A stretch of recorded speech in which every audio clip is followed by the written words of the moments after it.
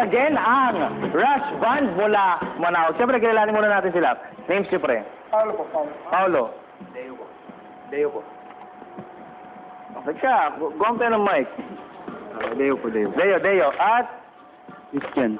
ano, mga estudyante or talagang graduate na at musicians? Nag-aaral pa rin. Nag-aaral pa rin. Tayo ba may mga gigs or Meron din po, minsan-minsan po. sisimula pa lang? Okay, baka mayroon tayong pabate. Ayan, binabati ko nga pala yung mama ko na nanonood ngayon, tsaka yung girlfriend ko na nanonood ngayon. Binabati ko yung pauwi ako sa Nalasan, sa barangay Nalasan, tapos tita ko Virgie, tapos taga-like you. Hello. Alright, good morning at pre.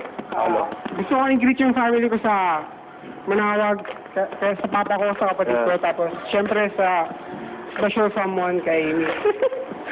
Ay, hindi. Friend.